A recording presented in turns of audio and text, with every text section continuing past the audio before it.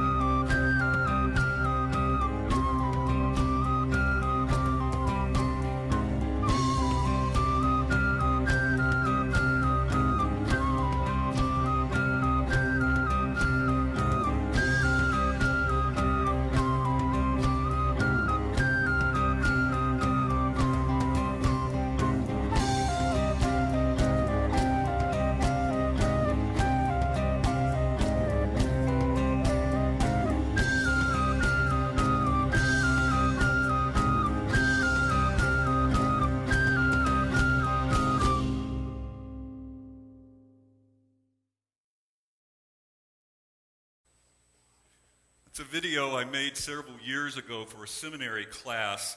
It was done from several photos taken at some of our local nature trails and in one of our neighborhoods that at the time we might have called transitional. I'm afraid now I at least would have to call it unaffordable. Anyway, I wanted to transpose those images from that neighborhood and the images from the nature trails to show that the duality that we so often set up between nature and human beings and our creations is a false duality, that we are within and a part of nature. Beauty can be found everywhere. And I loved the delicious incongruity of the cross that appeared to be rising up out of that recycling trash can, as well as the "Ready or Not, Jesus is Coming" sign that was in the same lot as the bright red fence with the Moneyland sign on it. It seems that perhaps our separation between the sacred and the secular is also a false duality.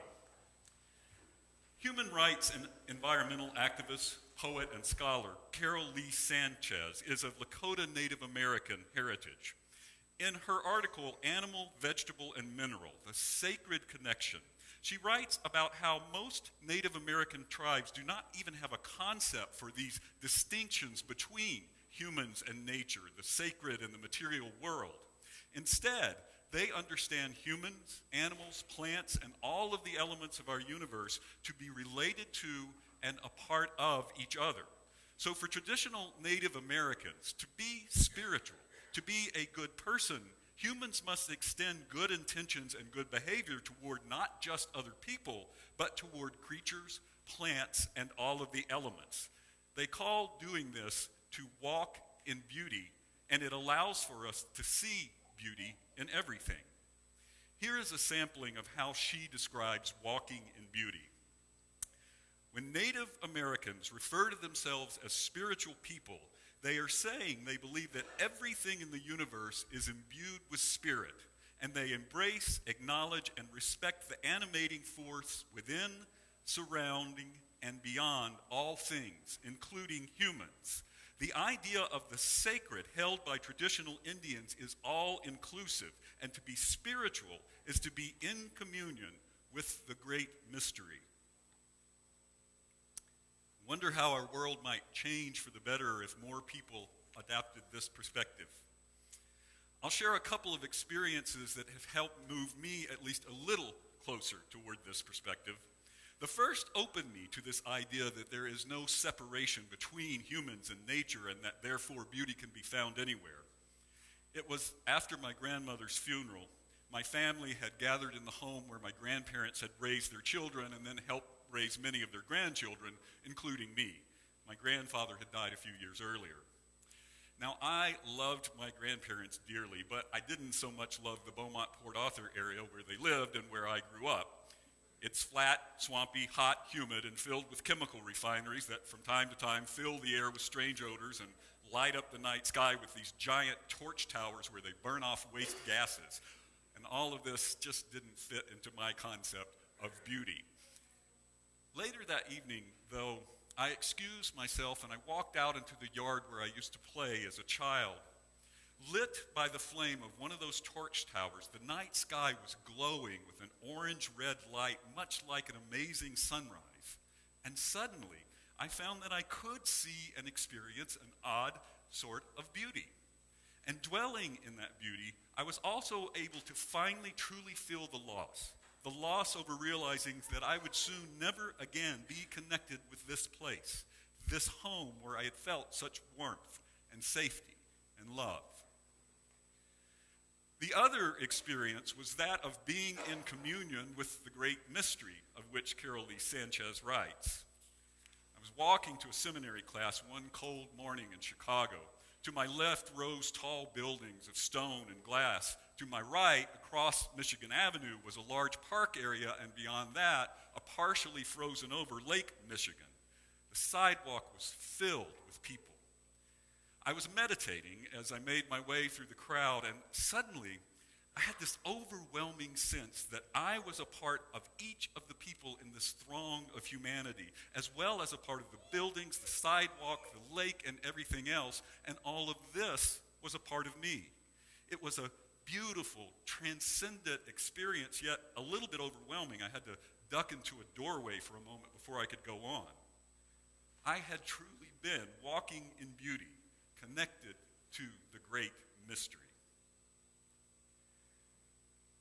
I think the challenge is, though, it can be particularly hard to walk in beauty during difficult times, and for many of us, these are proving to be very difficult times. Yet, these may be the very times we need to be able to see beauty most. I know that for me personally, it's sometimes hard to see beauty at all. It feels oppressive when I see my deepest values and principles being threatened like never before by things like a 5-year-old being detained separate from his family for hours on end on his birthday, and another young child handcuffed. People across the world being prevented from entering the U.S. and detained at our airports, even when they had legal visas, even when they were legal permanent residents. A white supremacist at the center of national security decision-making. A very small group within the White House systematically dismantling or neutering our institutions that are supposed to serve as checks and balances. The groundwork being laid for what I fear will be even greater human rights abuses, and the list could go on and on. And yet, we are also seeing the largest protest in our history. Activist groups that formerly worked in silos joining together, and more people engaging in more and more types of political activity and resistance than I can remember seeing in my lifetime. This all reminds me of what the wonderful liberation theologian James Cone calls terrible beauty. Terrible beauty is when that situation that I mentioned earlier happens. Truth, reality is difficult or even tragic, and so we need beauty to make meaning. For Cone, it is when an oppressed people starkly acknowledge the reality of their hurt and loss and yet refuse to let it define them, claiming their own sense of humanity instead. I want to let you hear him describe it himself as he finds it in blues music. And what was your favorite blues lyrics? You remember? Yes, my favorite blues lyric. Little Milton was one of my favorite singers. Little Milton. Little Milton. If I don't love you, baby, grits ain't groceries, and Mona Lisa was a man. I love the way that you weave these. I'd rather drink muddy water, sleep in a hollow log, than to stay in this town treated like a dirty dog. That's sitting right. here wondering, would a matchbox hold my clothes? I ain't got so many, and I got so far to go. That's right. I got a mind to ramble, a mind for to leave this town. That's right. You see, when you can express and articulate what's happening to you, you have a measure of transcendence over it. It gives you speech. It gives you self-definition. And when you have self-definition and not defined by the world, then you transcend what is happening to you. You say it's clear that the blues singer is searching for a reason to live, for purpose and meaning in existence. And the external realities of oppression seem to have gotten the best of him. And he lifts up his voice again. 99 years go jumping along to be here rolling and can't go home. Don't you go worrying about 40, the years of his prison sentence, because in 5 years you'll be dead. If you don't believe my buddy's dead, just look at that hole in my buddy's head. Great God Almighty, folks feeling bad, lost everything they ever had.